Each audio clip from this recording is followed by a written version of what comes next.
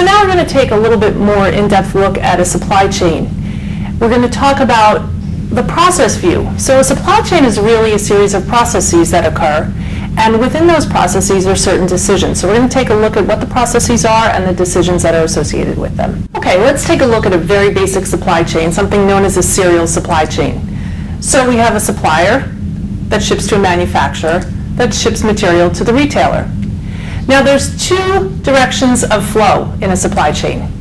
We have material that flows upstream to downstream, from the supplier to the manufacturer to the retailer. And then likewise, we have information such as demand information that flows from the retailer to the manufacturer and the supplier, and also cash flows from downstream to upstream. Now within each of these entities in the supply chain, we have certain processes that we have to do. So for example, the supplier needs to know in advance a little bit how much the manufacturer is going to be ordering from them. They have to then receive those orders and process those orders. Then we have to distribute the order. We have to get the material shipped to the manufacturer. Consequently, the manufacturer has very similar decisions, except they come from the retailer. We need to know what the demand is going to be from our customers. Then we need to receive those orders and process them. We need to replenish our supplies by ordering from our supplier. And we need to distribute. We need to get the material out. Likewise, the retailer also needs to forecast the customer demand, because the manufacturer is going to want to know that.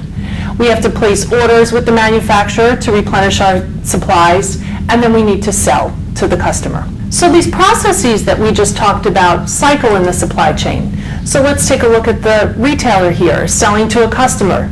So we have that process of selling to the customer, and then there's a process of replenishing those finished goods. So we have to replenish them. We have to order them from the manufacturer, we have to receive them, and then we distribute them back to the customer.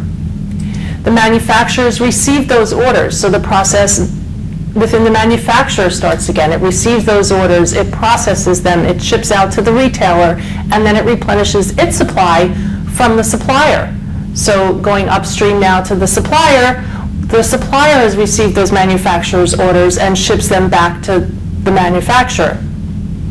So these processes just repeat over and over again, and that's what's known as cycling within the supply chain. The processes just cycle within each of the entities in the supply chain and throughout the supply chain.